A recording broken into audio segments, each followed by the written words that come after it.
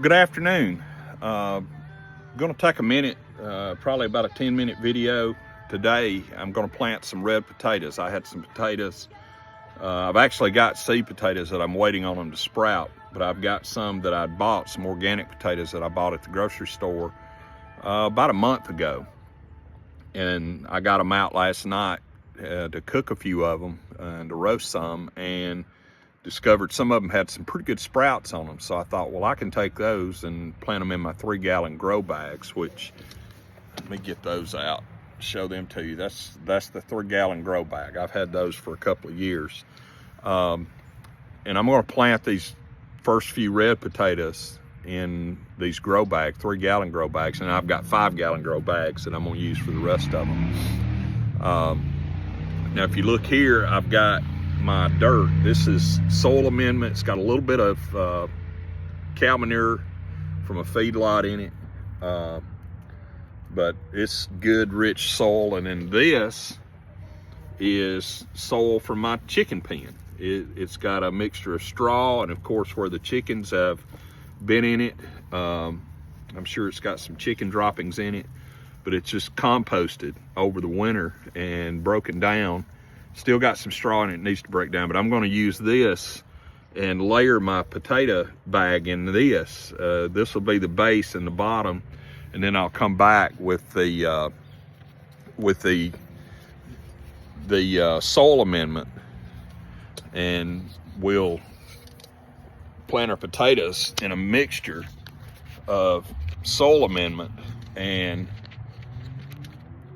let me get my camera situated, and then we'll put our seed potatoes in. Now, got a couple of options with these red potatoes. They're small, so you can actually plant these whole, which I'll do with a couple of them that are really small. This one was a little larger and had several sprouts on it, so I cut it in half. Now, one tip that I learned from someone else: these potatoes, when you cut them in half, take your soil and cake some soil on there.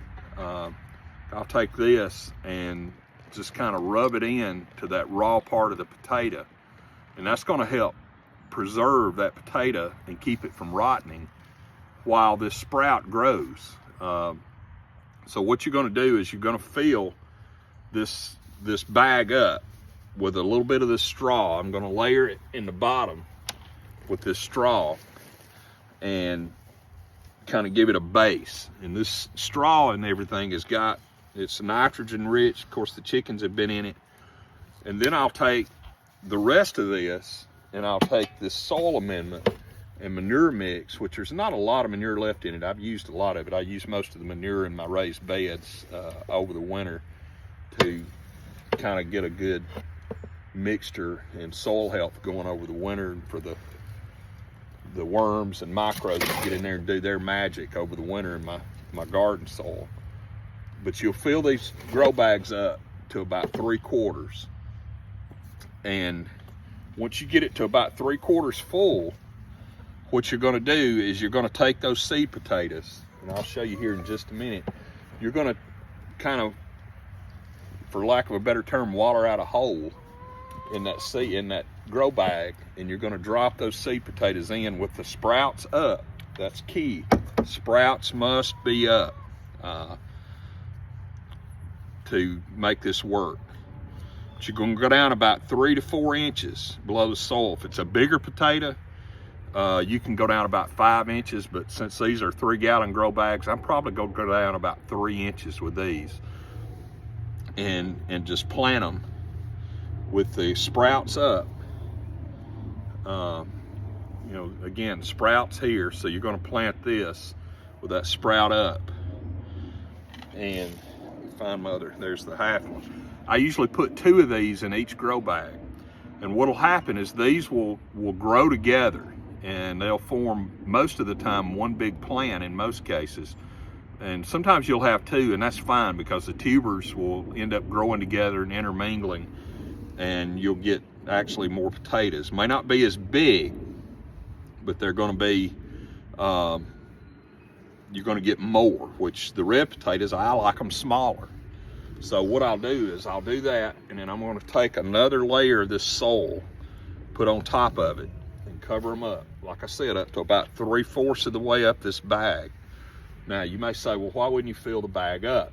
Well, the reason you don't want to fill the bag up is because when these potatoes sprout and they get up to above the edge of this grow bag, what I'll do is I'll come back, layer up another layer of dirt all the way up to the top of the bag.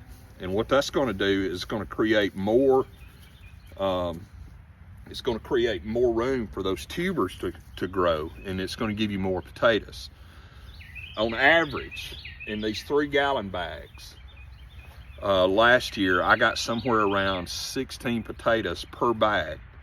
In the red potatoes, the Yukon Gold, which is the bigger potatoes, I'd get about 10 to a bag on those. The 5-gallon bags, I've got as many as 20 to 25 of the red potatoes and 16 to 18 of the Yukon Gold potatoes. So anyway, you're going to do that. Just kind of pat the soil down. If your dirt's dry, you want to add water. Potatoes are heavy feeders, especially when they're first growing and putting on growth. The good thing about it is, if your soil is like this soil and it's already fertilized with natural organic fertilizer, you don't have to add anything right now. Now what I'll do is I'll come back once they sprout and get going, and I'll put just, I've never measured it off. I just get maybe a small handful, let me stress that, of blood meal and put around it and just kind of work it in. And then that's it. I don't put anything else in my potatoes. If you put more fertilizer, if you add a lot of nitrogen, what's going to happen is you're going to have beautiful bushy plants. You know, they're going to be green, they're going to be pretty, they're going to bloom like they normally do.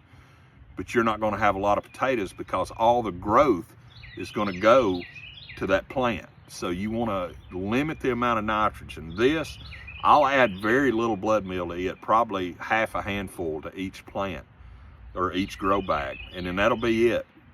Once they get up, I get the bags topped off, I'll put a layer of straw around them, and then that will be it. I'll just let them do their thing. I'll keep them watered. I'll water them lightly if necessary, you know, maybe once a week, but that's about it. I'm gonna do a lot more this time with wood chips on my bed, so I'm not planning on having to water a lot this summer. I'm gonna try that method, and that's gonna help hold the moisture in, and we're gonna see how that works. I'm not gonna do a lot of experimenting because I don't wanna work hard on my garden and dry up and die. But the hope is I'm gonna be able to, you know, check my soil, and it's gonna hold the moisture, and I won't have to do as much watering this time. But potatoes are easy. As I said, you take these potatoes, if you've got a large one, say about this size, like this one has got 1, 2, 3, 4 sprouts on it. What I'll do with this one is I will cut it in half, and I'll get 1 grow bag out of this 1 potato. So right now I'm looking at probably, I've got about 7 of these 3-gallon grow bags that I'm gonna plant red potatoes in, and I've got another 4 or 5 of these in my shed, and then I've got, I think, 10 of the 5-gallon bags. So I'll have somewhere around 18 to 20 grow bags with potatoes in them sitting around my garden. Good thing about these is they've got handles on them, and you can move them if you need to move them. You know, potatoes, they like full sun, so make sure you don't plant them somewhere where there's shade. Plant them in full sun. They tolerate cold pretty good.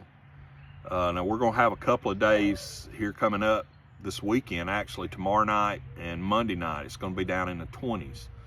I won't do anything to cover these because they're not sprouted. If they were sprouted, what I would do is probably just put something over the top of them, or probably just put straw over them to protect them, and they would do fine.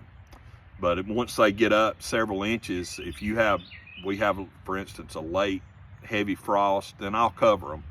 And the good thing about them is I can bring them all together and just bunch them up together and just put a sheet over them or drape a piece of plastic over them, and then go out the next morning once the sun pops up, even if it's still cold, and take that off of it and where it can absorb the sunlight and grow. But anyway, that's planting potatoes. As always, if you have any questions, feel free to reach out to me. You know, I'm on Facebook, Instagram, have a TikTok channel that I'm using. So this information's out there, and I'm easy to contact. A lot of you will have my phone number. You can give me a call, and I'll be glad to talk you through anything. I'll even be glad, I mean, heck, I'm retired. I don't have a lot going on during the day. If you need me to come and help you get things set up, I don't even mind doing that. If you want to reach out, I'll be glad to help you with that. As I've said often, I'm not master gardener by no means. I've got a lot of experience with it, and I learn something new about it every day. So that's one reason I created this channel, was to help folks maybe that are just getting into the gardening and just need some help to know where to start and how to do some just basic things to get started. But anyway, that's potatoes. Hopefully here in 3 or 4 months, maybe not even that long, I'll have some fresh potatoes and enjoy those. So anyway, thank you very much for tuning in. As always, if this is the first time you've tuned in, please subscribe. Hit the subscribe button. I've had a few folks ask me, well, what does it cost? It don't cost anything. It's free to subscribe. And then if the videos help or you enjoy watching them, hit the like button and then hit the little bell at the top, and it'll notify you every time I post a new video. And we'll have several of those coming up here in the next few weeks, and really for the next month. I'll be planning something probably every week, something different. I'll provide updates as I go, how things are looking. Probably post a new video, maybe even tomorrow. I've got some lettuce and salad greens that have sprouted.